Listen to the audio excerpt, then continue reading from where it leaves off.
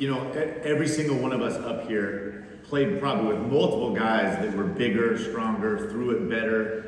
Like every single one of us. There were guys that you'd go out to practice and be like, holy smokes, that guy throws an unbelievable ball. And they look pretty in shorts. And it doesn't always translate, right? And I think if there's something that is especially unique to the NFL. You say I look good in shorts? What's that? I look good in shorts. You do, Steve. Great cast. Great cast. I think the one thing though that's so unique in the NFL is, and I've heard Steve say this so many times, like a great defense is going to make you win from the pocket. I don't care how gifted an athlete you are, or how whatever tools you might have, you got to be able to play in a phone booth, and it's noisy, it's crashing down on top of you, and you have to play with anticipation as well, and that goes to the processing that Steve talked about. Like, I remember if you'd asked me to define what open was in college, you're throwing, like the windows are enormous, right? Like what's open in the NFL, like you throw guys open, right? I mean, it's so drastically different. I remember as a rookie, not throwing a ball on time, and I remember them asking me, why'd you throw it? Well, I couldn't see it. Right? And because in college I saw everything, right? Because you're throwing these huge lanes. Oh, he said in college, everyone's open, and pros, nobody's open. And in the NFL, it was so funny, you get to the point where if you didn't throw without seeing a guy, you couldn't play quarterback. You throw balls all the time, and you have to have faith, and there's all these other factors that you're taking input, and you have to have trust to play like that. And again, and these guys are both kind of saying the same thing, that there's no greater feeling, I think, for an NFL quarterback to stand in the pocket with someone bearing down on you and to not even flinch and to deliver a ball and take a hit and to be accountable to the 10 other guys on your team and to make that play, right? To be on your back, to hear the roar, and I don't know how you identify that, right? It's certainly not the combine running a 40 in spandex, but if you can see that on film, and certainly I think Brock's 4 years of film, right? Playing at a high level, and certainly what else do you need, right? And it's all. Brock, how do you look in spandex? I clearly did. I won the freaking thing, A lot of help that was. Brock, what you've heard, does that kind of resonate with you? Does that all make sense? 100%. I mean, I'm still young in the league, so I'm still learning, but man, everything that they just said, I think hits. The processing, the grind. It is a long year. It's not college where you're playing 10, 12, 13 games. You're going 17 weeks, preseason, camp, postseason, Super Bowl. It is a grind, and so it's hard, man. Those scouts, what they're looking for in a college quarterback. To find a guy that's getting ready to run that kind of marathon year after year after year, it's tough. It's a tough job to evaluate, but everything that they said is 100% true. There's a test that quarterbacks are giving out. I think all players are giving out, the S2 cognition. You took it. Did you sense, as you were taking it, apparently you scored very highly on it as far as processing. Did you see those elements of what that test meant? Did you take it to the combine? Yeah, oh yeah. And so how did you view that test, and why do you think you scored so highly, if you even know? I'm not gonna lie, once we got to the combine, nowadays, dude, you take a million mental tests, and they run you through a bunch of tests. They want to know every little thing about you, how you think, how you respond, how you react, you name it. And so I can't remember exactly the S2, but there was a bunch of tests just like that one. And but yeah, man, every GM, you name it, they want to see how you think and how you process things, and it does translate, man. It translates to how you learn, how quickly can you learn. Every week we're getting a new install. It's not the same playbook over and over. Everything changes every week, and so how can you adapt, learn, grow, and then perform on the field that week in and week out. And so.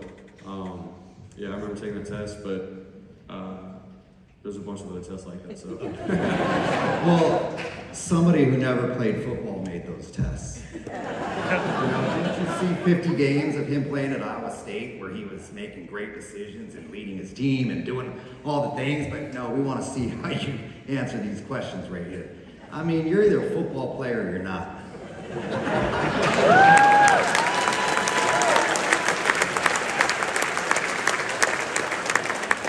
mentioned earlier about, overcoming obstacles and adversity, and Brock, we'll start with you on this one. I mean, a year ago, you went to a San Francisco Giants game, you were introduced, you waved, some fan in front of you gave you a high five, and the internet exploded. How can that guy be doing that to Brock Purdy's elbow? 3 days ago, you're at the Giants game throwing out the first pitch. And,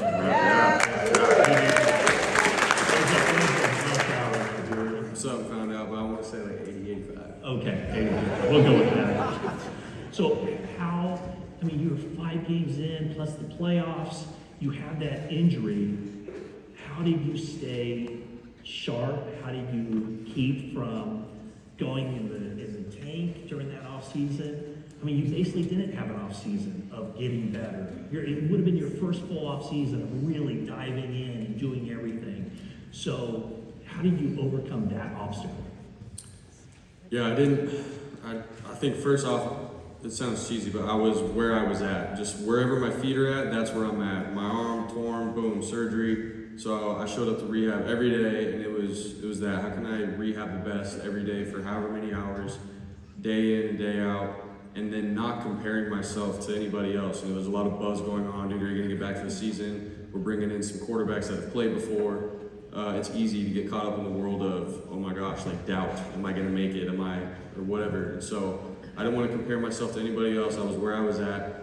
And I really did trust that it was going to work out how it needed to. I'm a faithful man, so I believe that it was going to work out. But I didn't try to jump to conclusions, see the future, anything like that. If I did that, I probably would have been a big mental head case of, am I going to make it back or not? Like, I'm freaking out about things that are out of my control. And so for me, man, I still hammered away at the playbook, watched the games that I played. How can I get better? Get back to the facility, get around the guys, continue to build on those relationships. All those little things I feel like added up, and I feel like I did every little thing right in terms of the rehab to get back for game 1 of the season. But I didn't compare myself, and I was where I was at. And so what's your off-season like now compared to a year ago? Well, we know what it was a year ago. What's it like now?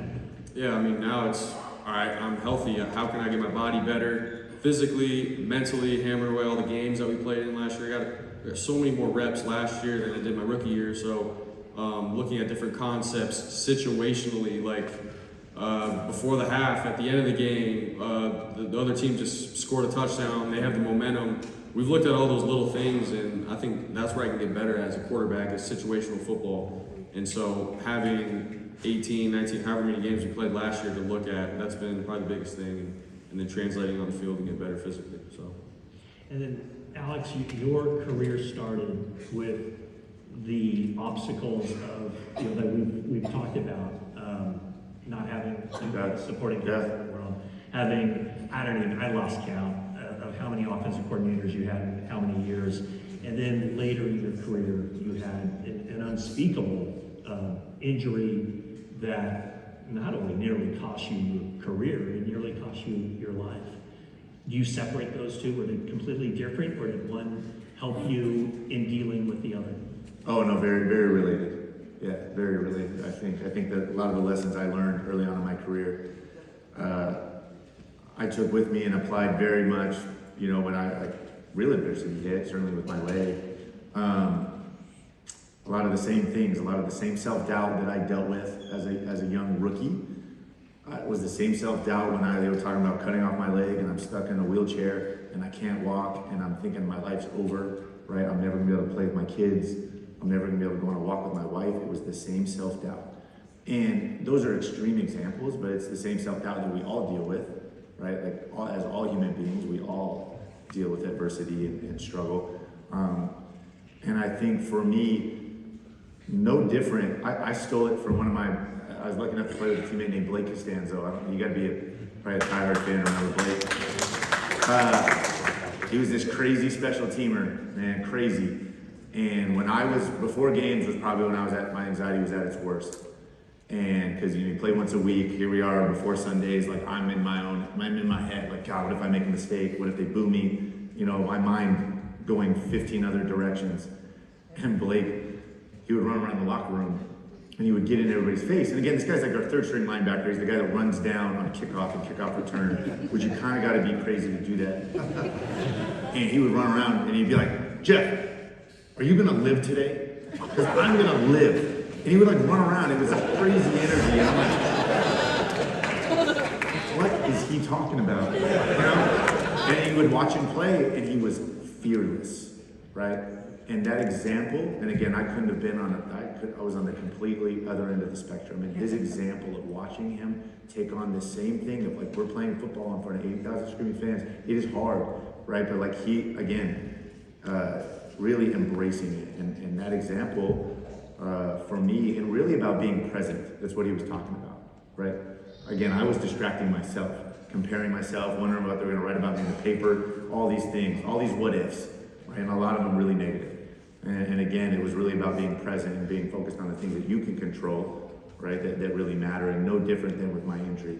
Same thing, again, getting out of your own head, eliminating distractions, whether they're internal or external, right? Focusing on what matters, which so often are the little things, right, in life.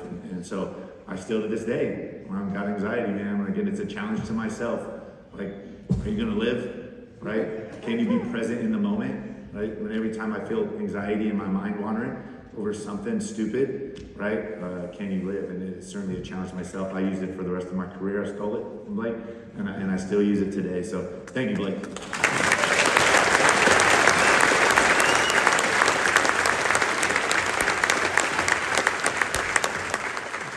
What comes to your mind as the biggest obstacle that you overcame to get to where you ended up getting? Myself. I think just proving that I was worthy, obviously, not being looked at coming out of college. I mean, it goes back to coming out of high school. I wasn't recruited. I went to the junior college in Gilroy, Gatlin Junior College, played for my dad, one of my greatest coaches to ever play for. And I grew up watching him coach and how he just brought the best out of people.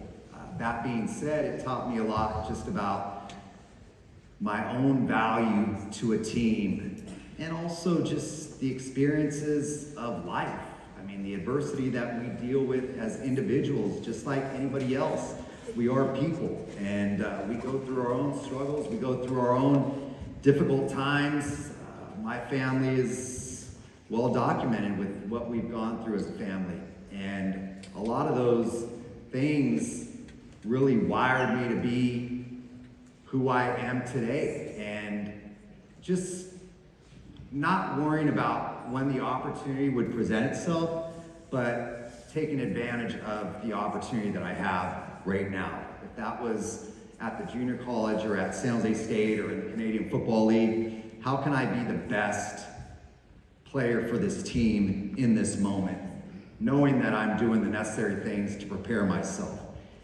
I went through a difficult first 5 starts after Steve went down, unfortunately. My first start at home was a good one, and I thought, this is easy, and I got this.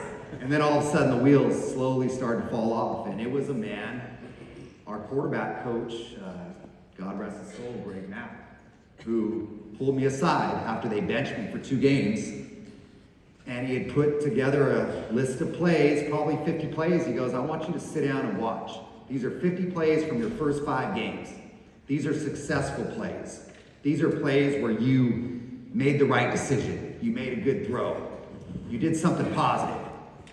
Like, you need to remind yourself that you're here for a reason, that you belong here. Because honestly, there was doubt. I mean, when you're the guy that everybody looks at as the major change from the guy who preceded you, and those teams were championship caliber teams, and now all of a sudden the team is struggling, they're losing games. Well, what's the difference? Well, it's the quarterback. It's not Steve Young, it's not Joe. It's this guy, Jeff. But that being said, that 2 games of me being on the sideline watching and not seeing anything really improve within the team, I think it helped me realize that I need to stop putting so much pressure on myself. I cannot be perfect out there, but you are capable of being enough. And the next 5 games, even though the outcome wasn't any different, the production was different.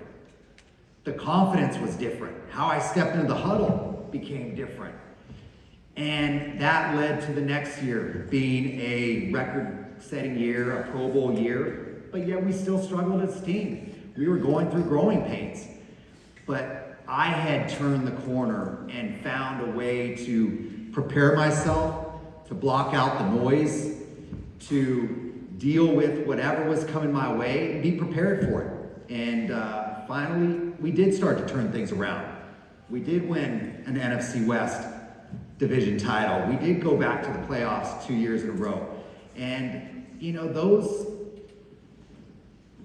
I appreciate so much more because of the struggle that I had to deal with personally, go through, and overcome. And we all hit those walls in some sort of way at different times in our lives. It's how we deal with that adversity and how we learn from it and grow from it, and we're able to turn it around. You know, Alex went through some struggles in his first, probably 6 years. Harbaugh comes, brings some consistency at the position, then all of a sudden he's dealing with, am I on, am I off, am I on, but yet he's playing at a much different level and goes on to have, you know, an excellent second half of his career. You know, we all go through different experiences, and, you know, we're up here, us three, because we were able to create longevity in something that very few are able to create and experience and have the success that we have been able to have. And now Brock is scratching the surface, and he's so much further ahead than probably we were at the same time frame. But yet you see the humility, you see the work ethic, you see the dedication that he has to his craft and how important it is. And each one of us approached it, not to say we were identical, but had our own method to the madness as to how we prepared ourselves to get into that zone, and be the best that we can be in that moment.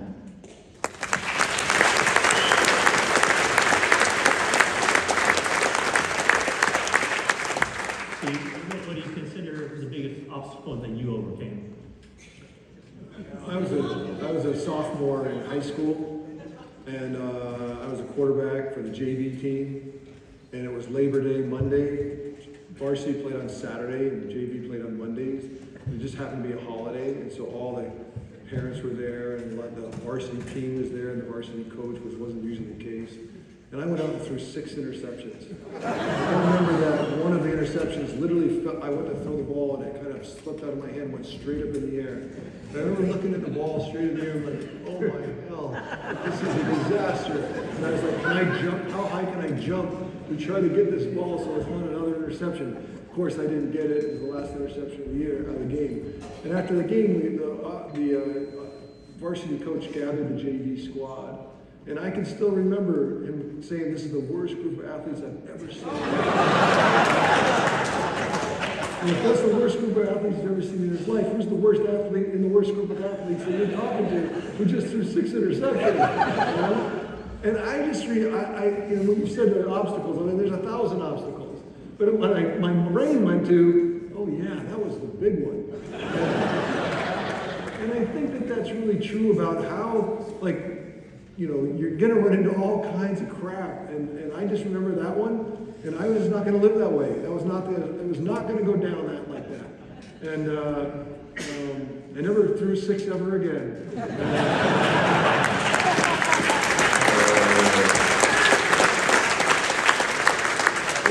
Only 6 touchdowns, not 6 interceptions.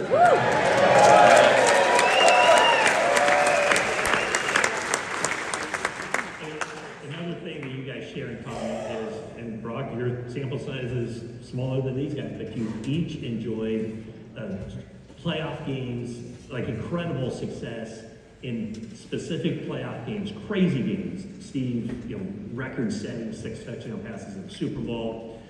Both Jeff and Brock rallying your team back from crazy second half deficits for wins. And of course, Alex, I've never heard Candlestick louder in that game against the Saints.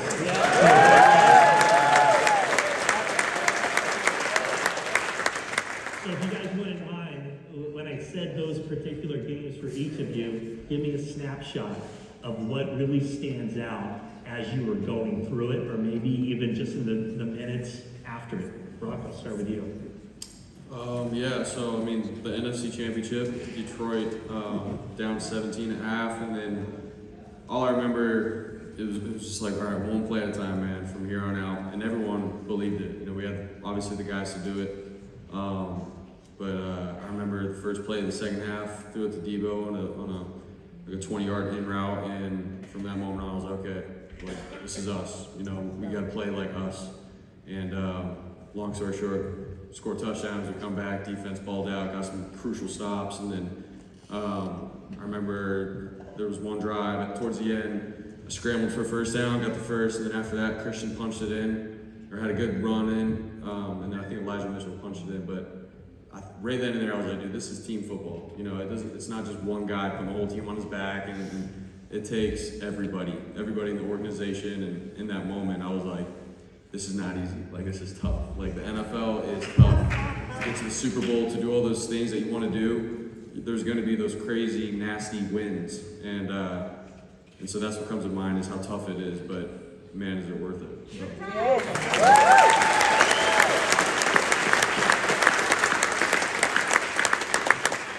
Let's go with Jeff, because that game was similar to that game against the Giants. That you guys were down, what was it, 34 to... 38. 38 to 14. 38 to 14. It was yesterday. You know, it's a football game. A lot of things have to happen. A lot of things have to go your way. Not only do we have to score more than 24 points, but our defense needs to come up with some big stops. Thankfully, Jeremy Shockey dropped a touchdown pass in the back of the end zone, so they only went up 24 instead of 28. If they're up 28 with 6 minutes left to go in the third quarter, I mean, 4 touchdowns is a little more difficult than 3 touchdowns and extra 2-point conversions. That being said, it was difficult all around, but there was a quiet calmness on the sideline, honestly. I mean, there was a sense of calm on the sideline that it wasn't about, okay, we can't make up 24 points in one play, but we need to string some drives together. We need to get some defensive stops. A lot of things have to go our way, but we're capable, right? And we stepped in that huddle, and we went into the 2-minute offense, no huddle offense, and we started to click, put a drive together, finishing with Tio on a shallow cross. He breaks a tackle, he gets into the end zone. We cap it with a 2-point conversion. Now we're down 16 with an entire quarter to play still. A little different scenario now. Now you think about, okay, we have more than 15 minutes left in the game. Just need a stop by our defense. Well, the Giants were roaring on offense against us that day, but they decided to pump the brakes a little bit. Kind of like when a basketball team goes into the 4 corners and they're up like 4 and then they blow it and give it away. Well, they started to pump the brakes. They weren't as aggressive. We got to stop. We got the ball back, put another drive together. I remember hitting Eric Johnson on a dragon, which is a slant-flat combo, and both defenders went to the slant. He catches in the flat. He turns up the sideline for a big game. He was our tight end at the time, and we followed it with, I think, 90 QB, little trap fake to the back going inside, and I took it around the edge and completely fooled the defense. I was able to scamper in for the touchdown. We get another 2-point conversion. Now we're down 8 with, a good chunk of the game left. We get a field goal with the next drive. They miss a field goal at some point during that fourth quarter. They had all kinds of struggles on special teams, thankfully, on that day.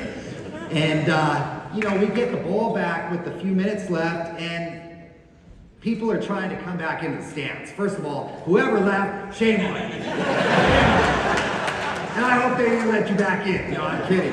Hey, it was rocking and rolling. Whoever was there still was rocking and rolling. It was awesome. It was one of the greatest experiences in my life, and I wish I could bottle up and keep it with me forever.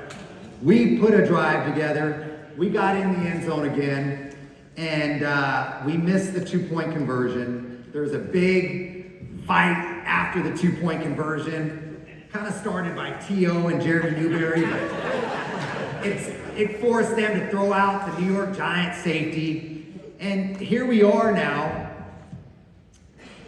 up a point with a little less than 2 minutes left. And now, hey, we're hanging on the seat of our pants on the sidelines and, just hoping we could get a stop. And Ahmed Plummer, man, I thought we sealed the deal. Makes a great play on defense. It looks like he picks it off on a go pattern on the sideline. And it leaked out at the last second. So they still were alive. They get the ball down the field. Obviously, we all know what happened next. The field goal attempt, the bad snap, and all the things. After the game, I mean, that was a moment, like I said, I wish I could bottle up. The feeling in that stadium, Candlestick, it's too bad, Brock, as much as Levi has a beautiful stadium, that you didn't get to experience Candlestick.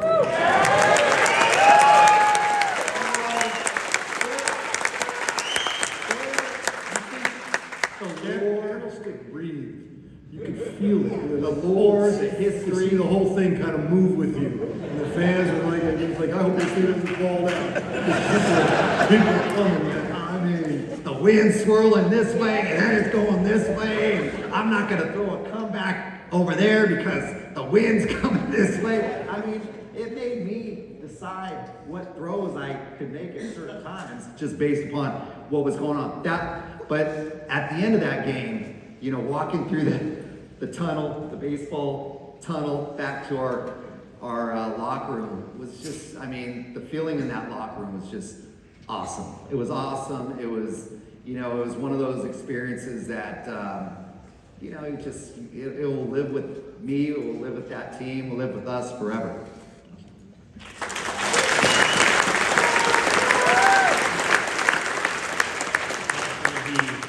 That game against the Saints, was that the most love you felt as a member of the organization? Like Jeff's saying, kind of an unforgettable. Like, I can't get the image of Candlestick, like Steve's talking about at the end of that game, certainly the back and forth in the fourth quarter. I've never heard a place so loud that it did kind of come to life.